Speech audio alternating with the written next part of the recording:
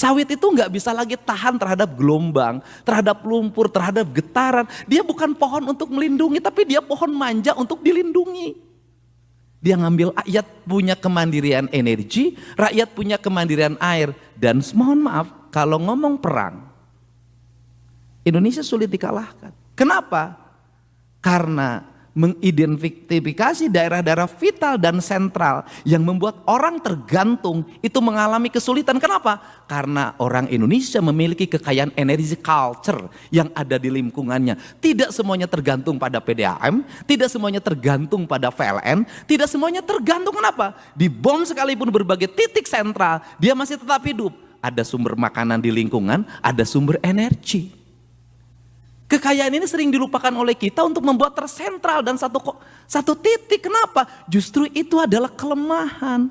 Sekuat-kuatnya Jerman, kalau jaringan pipa gasnya ditutup, LPG-nya ditutup, itu selesai. Indonesia nggak bisa. Krisis 98, 99 membuktikan bahwa krisis ekonomi global yang menghantam bangsa Indonesia tidak bisa memporak-porandakan sendi ekonomi. Siapa yang bertahan pada krisis itu? Kaum pedesaan, kaum orang di pinggiran hutan, dia mampu survive dengan kekuatan ekonomi lokalnya. Itu prinsip. Saya belajar, Pak. Saya kemarin ke Aceh, saya ke Sumbar, kemudian ke Sumut. Saya pelajari kenapa ketika dihantam air, dihantam lumpur kok mudah sekali. Karena tidak ada pohon lagi, yang ada perkebunan sawit. Sawit itu nggak bisa lagi tahan terhadap gelombang, terhadap lumpur, terhadap getaran. Dia bukan pohon untuk melindungi, tapi dia pohon manja untuk dilindungi. Dia ngambil air, dia harus dipupuk. Beda dengan hutan, dia tidak perlu air menghasilkan air, dia tidak perlu pupuk, dia menghasilkan pupuk. Dari situ masyarakatnya tidak punya ketahanan lagi. Kenapa? Lingkungannya tidak ada lagi sumber pangan. Kenapa? Sungainya sudah tercemar.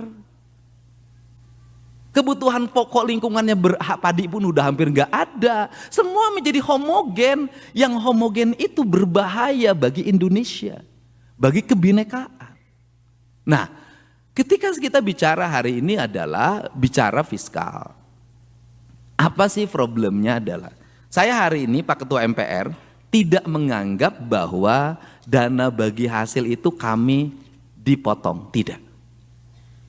Kami menganggap dana bagi hasil pajak itu adalah ditunda pembayarannya. Kenapa ditunda? Karena itu hak yang diatur oleh undang-undang. Karena itu hak yang atur di undang-undang, saya seneng. Apa senengnya saya? Kami efisien nih sekarang. Pegawai kami setengahnya kami bekerja di rumah. Apakah bekerja di rumah kemudian menjadi tidak efektif? Tidak. Produktivitasnya tinggi. Kami seneng. Dananya walaupun dana bagi hasilnya ditunda dan dana bagi hasilnya belum dibayarkan juga 3 tahun yang lalu, kami bisa bangun jalan yang lebar-lebar. Lihat Jawa Barat. Kami bisa pasang PJU di seluruh jalan. Kami bisa menggratiskan sekolah SMA dan membangun puluhan ruang kelas, ratusan ruang kelas baru dan membangun puluhan unit sekolah baru. Kami seneng. Kenapa? Karena saya bisa efektif kemana-mana, nggak usah pakai mobil dinas, nggak usah pakai duit APBD untuk perjalanan dinas. Karena dari 1,5 miliar dipotong tinggal 100 juta. Setahun itu perjalanan dinas gubernur Jawa Barat tuh per tahun 100 juta. Mungkin jauh dibandingkan dengan Dirjen Penerimaan Keuangan. Dan kami setiap hari berhadapan dengan apa? Dengan masalah, Pak. Masalah apa? Rumah roboh harus dieksekusi dibangun hari ini. Jembatan roboh harus kami eksekusi hari ini. Dan kami hari ini sudah merambah saja, bukan yang kewajiban provinsi, yang kewajiban nasional pun kami bangun. Jalan di Kerawang karena sudah berpuluh-puluh tahun macet, padahal itu kawasan industri, penghasil pajak yang tinggi bagi nasional. Kemudian jalannya tidak dibangun-bangun, jembatannya tidak dibangun. Kami hari ini bagi dua, jembatan 250 miliar dibangun oleh provinsi, jalannya 40 miliar dibangun kabupaten, gerbang tol Karawang Barat dan Karawang Timur kami bangun. Dan kami hari ini membantu pemerintah untuk mengembalikan aset. Aset PJT 2 dalam bentuk sungai yang disewa-sewakan oleh warga yang itu ratusan miliar. Kami berhadapan dengan siapapun untuk dikembalikan kepada negara, sungainya dipungsikan.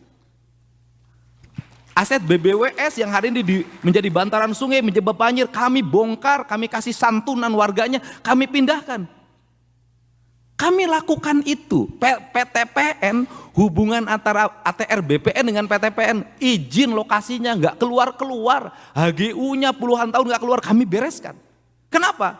Kami tidak memandang pusat dan daerah, kami memandang ini adalah negara kesatuan Republik Indonesia. Download Tribun X sekarang, menghadirkan lokal menjadi Indonesia.